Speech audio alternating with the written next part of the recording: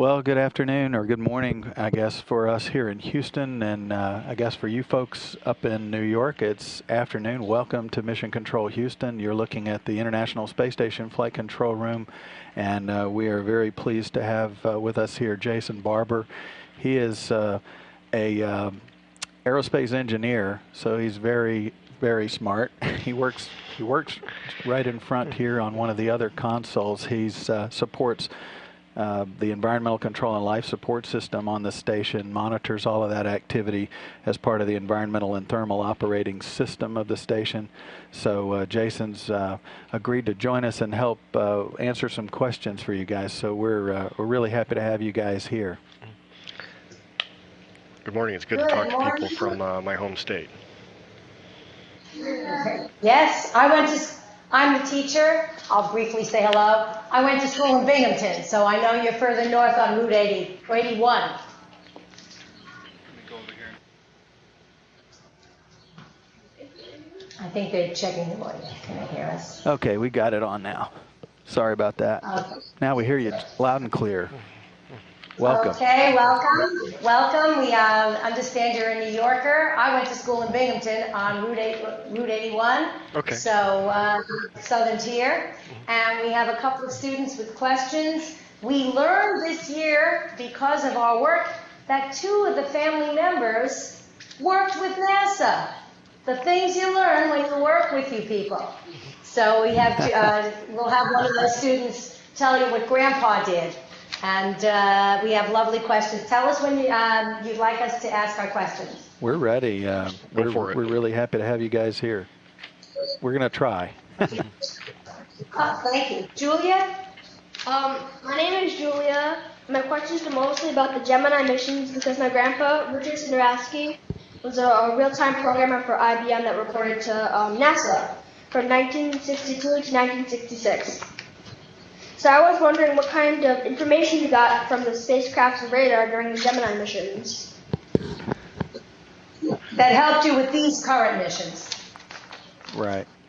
I'll answer that as best I can, but the main thing was how the vehicle worked in space, orbiting the planet, how the life support equipment was interfacing with the crew, and taking that and expanding it to making it to Mars, making it all the way to the moon and back, and basically making sure all of that hardware worked the way it was supposed to for long durations. The other thing it figured out was doing attitude maneuvers while the vehicle was in space and being able to align the vehicle to leave Earth's atmosphere and go to the moon itself. So it's testing all of that, those capabilities, so that way we could land on the moon in Apollo like we did.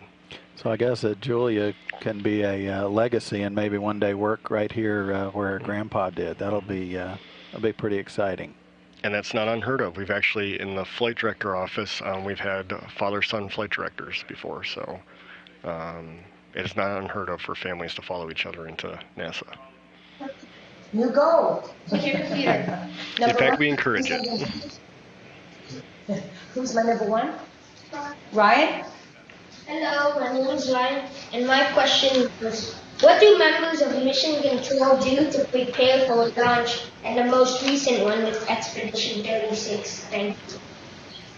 You may have to repeat that. Can you get a... What did you do to prepare for... What did Mission Control have to do to prepare for this launch, this most recent mission when it was going up? What was your role in it? My particular role in that? Well, my console's role was to basically determine that we had all the consumables that we needed to be able to support the crew while they're on orbit. And by that, that we have plenty of water, plenty of food. We have the necessary equipment to be able to process their bathroom facilities into drinking water the next day. And basically making sure all of that is ready for them to get there. Nimi, this is Patricia. If the students could come closer to the microphone, that way we could hear them better, that would be great. Thank you. Okay, number 3? Number 2. Number 2, I'm sorry. Quickly. Come up. And number 3, line up behind her. Go ahead. Hi, I'm Rachel, and my question is, how and where are new members of the mission control taught? You may have to help us with that, Nemi. Oh, yeah, say that again. How and where are new members of mission control taught? Where are you trained? Where is your best way for training in order to become assigned to mission control? Okay.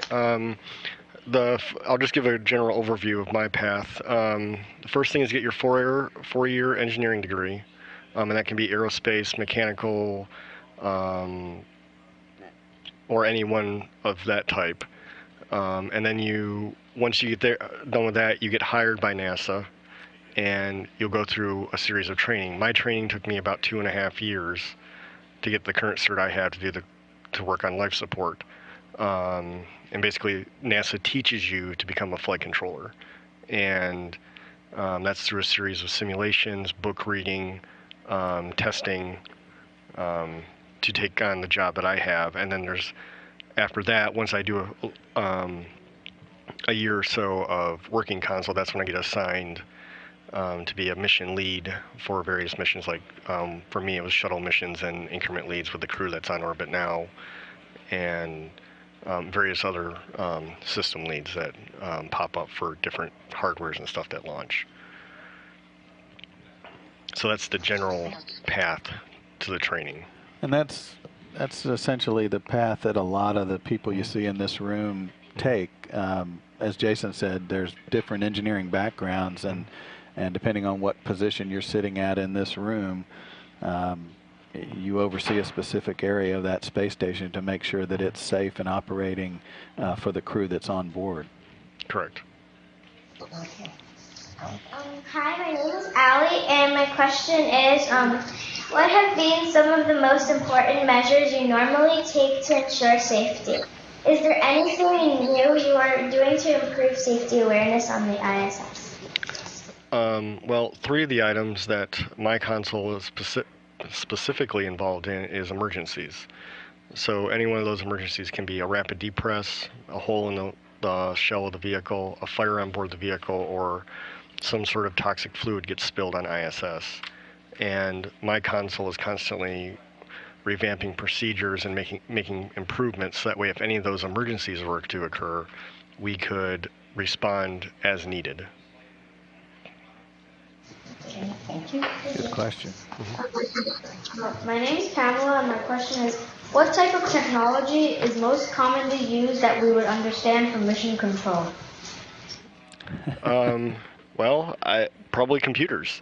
Everything that we do is all on computers. All of our telemetry that we get from the vehicle we view on computers. And all that is processed on the ground and then sent to our particular consoles where our computers are at, and we can view all the telemetry that we have. Yeah, there's my producer Karen showing Jason's console right there, so you guys can see that's where he normally sits if he's on duty. Of course, he's helping me today talk to you guys, but that is a live view just about 15 or 20 feet away. And the back side of that console, what you don't see, is all of their computer screens that stream the data that Jason's talking to you about, so they can maintain a real good watch over all of the things that are going on with their systems aboard the International Space Station. In fact, if you look behind us, we have computers right here that are similar to what all the other consoles have, so that way you can get an idea of what it is we're looking at. Right. Most consoles have about 5 monitors that we're using to look at our data. Thank you. Hello, my name is Ariel, and this is my question. What have you learned about the spider's web in space? How is it different on Earth? He's interested in the creatures that you have and what you've learned from them. Thank you. I'll answer that the best I can. That's a toughie. And I'm going to answer it just based on my views from the video that we got downlinked. It looked like the spider webs were more perfectly formed. So where they didn't have gravity pulling them down, it looked like a more pure shape. as far as the exact details of what we learned from that, I can get more information for you and pass it on to you guys if you'd like. As off the top of my head, I don't know. Ever come back alive? Yeah, I think that some of them did. For the most part, that they did. We have one method right now. You know, we had the space shuttle program that was able to bring cargo down from the station, and now we have other partners that are providing cargo capability. One of which can provide a return capability. So yes, when we do have insect or animal type experiments on the station, they are able to be brought back home. Christy? My name is Christy, and my question is, how many flight controllers have become flight directors? I tried to get an answer to that question, and most flight directors are flight controllers from one discipline or another. Generally, that's the path you take if you want to be a flight director, is you become a flight controller. There's a few exceptions here and there, but I'd say probably 95% of the flight directors were flight controllers. Yeah, I think almost every one of them worked their way through, just like Jason's doing, you know, training to be a specialist in one specific area. The flight director obviously is the person that oversees everything that goes on that shift. As you know, a flight director is in this room 24 hours a day, around the clock, on 3 shifts, and so we have flight directors that have to know everything about all of the systems on the station, but they do rely heavily on Jason and the rest of the flight controllers to provide the very quickly information to him to help make decisions, especially in the case where there may be a problem. Yes. That you have to work. So flight director is a critical position in the room, and as Jason said, that almost all of them have come from the background that Jason has in flight control. Good question. My name is Emily, and my question is, what other experiments with animals, insects, or other creatures do you have planned? Fish, more spider experiments, more bees, and what are some of the changes that have occurred to them when they return?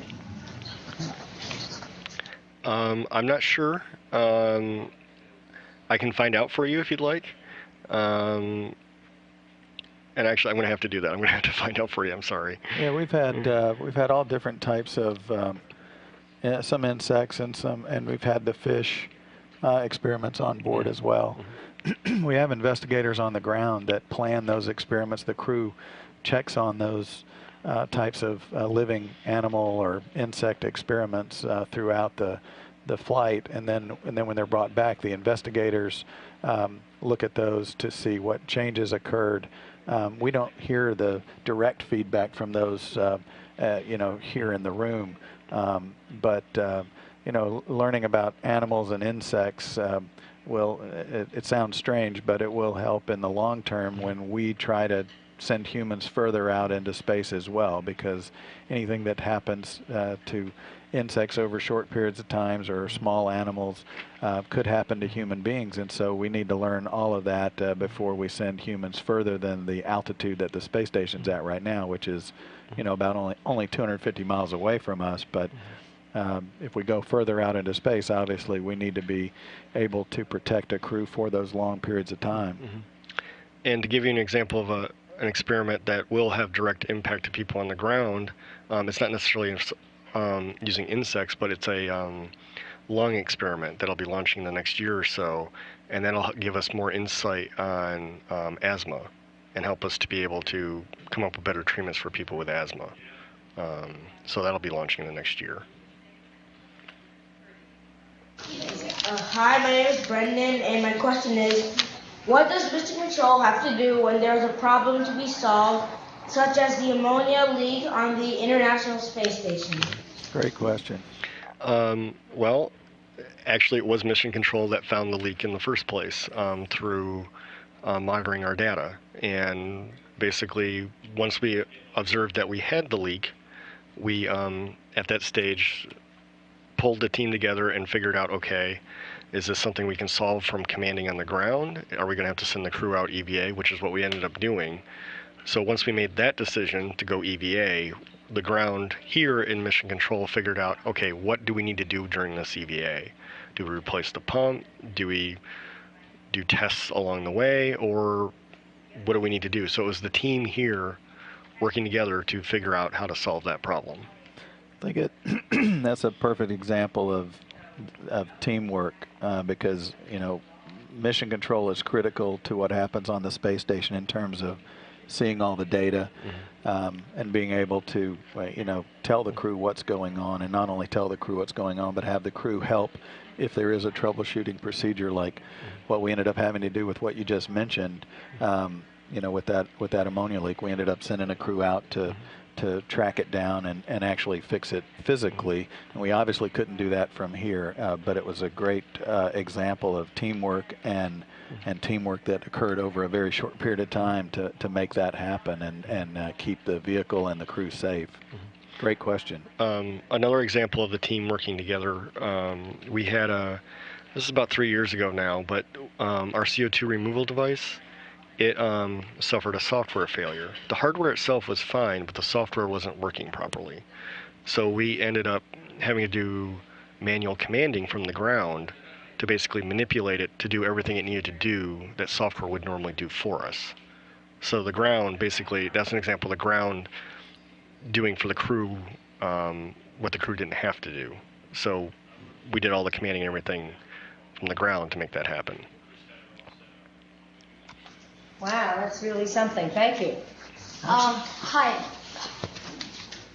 My name is Akshay, and this is my question. What is the algorithm for solving an issue on the International Space Station? Do you have a specific procedure, and who's in charge? Thank you. I didn't quite get all that question. Akshay, you may have to repeat that. Okay. Go ahead. What is the algorithm for solving an issue on the International Space Station? Do you have a specific procedure, and who's in charge? Ultimately, the flight director is in charge for approving our troubleshooting methods. But typically, what happens is, say, like with the CEDRA example, or excuse me, the CO2 example that I used earlier. When the failure occurs, my team was looking at, okay, how do we keep CO2 removal going and not impact the mission? So we sat down, figured out, okay, how do we make this work? Once we had the plan, we presented that to the flight director, and they said, yep, sounds good. Go ahead and do what you need to do. We documented that in a procedure. Flight approved it, and then we started implementing it. Thank you. Thank you. Daniel? Hello, my name is Daniel, and my question is, can you communicate with the ISS directly, or do you have to use a satellite to connect your communications? And what type of signal do you use? Example, a cell phone signal, a radio, or what's your primary type of signal? Thank you. We do have to use satellites to talk to the space station. There is no direct line of sight communication. We use two types of signals to talk to the space station. One is called S-band, which is similar to what you would think of as a cell phone, which gives us our telemetry that we look at for all of our troubleshooting or day-to-day monitoring, and our voice communication with the crew.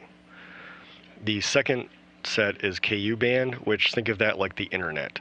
That's what gives us all of our payload information that we get and all of our video that we see coming from space.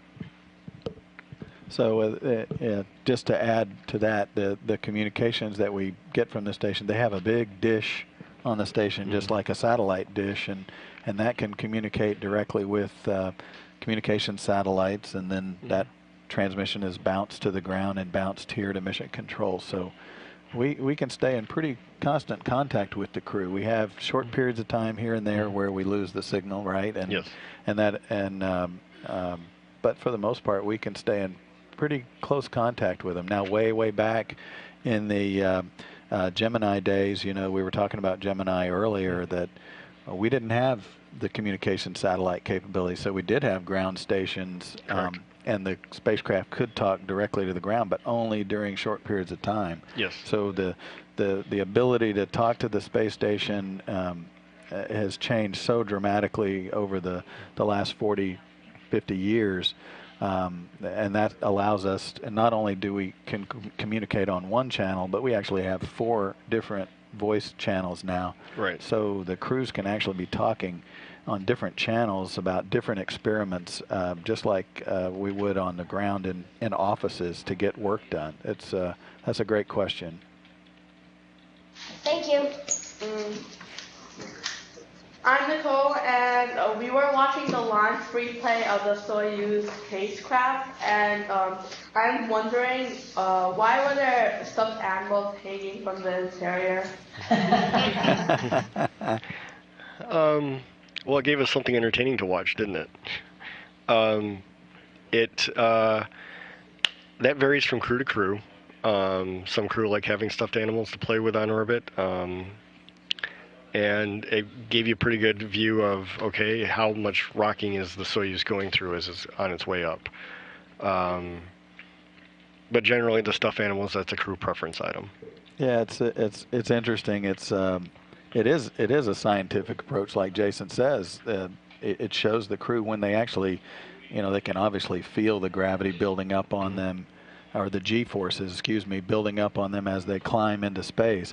Once they get into space and the engines shut down, it's instant, and now you see a view inside the vehicle for the launch the other day.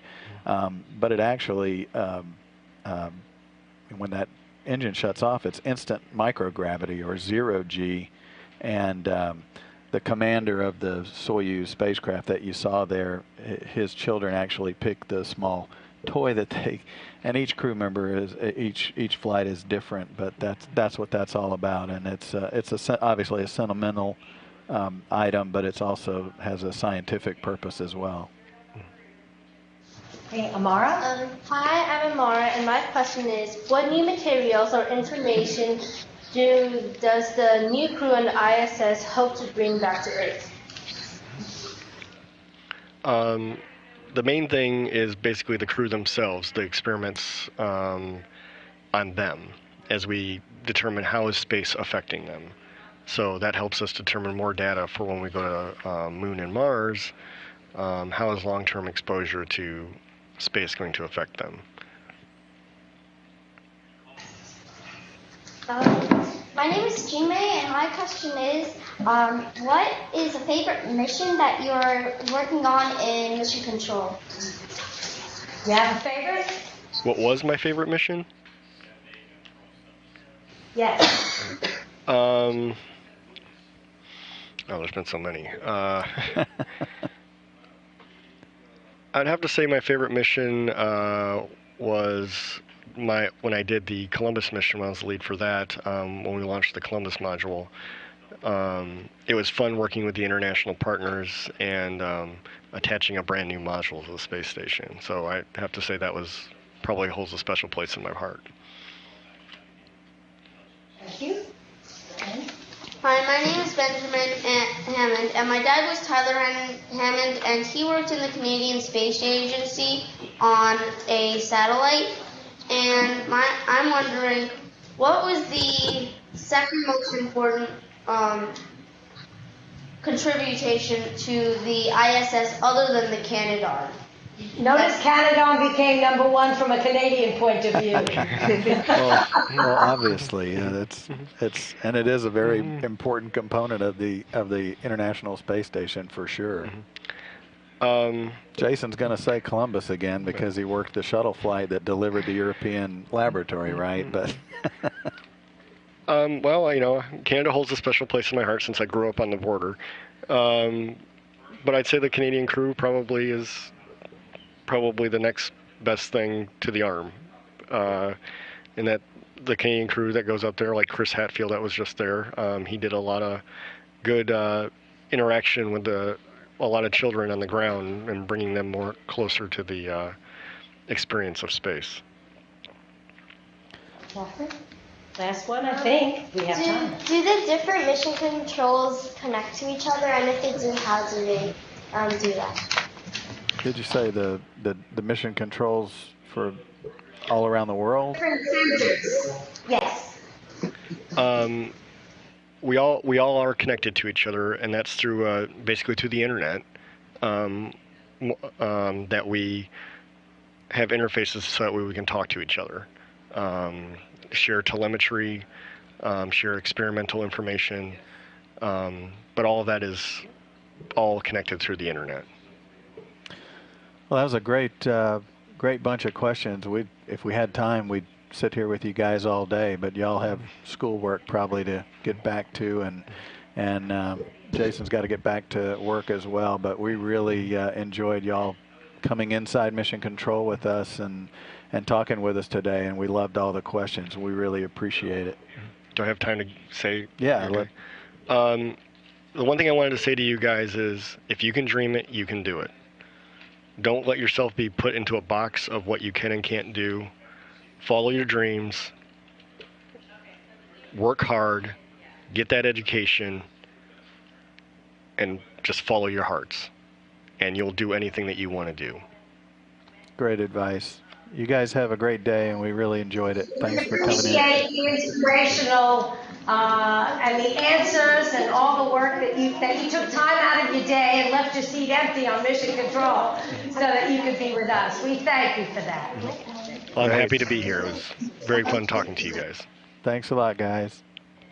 Have a good day. Thank you.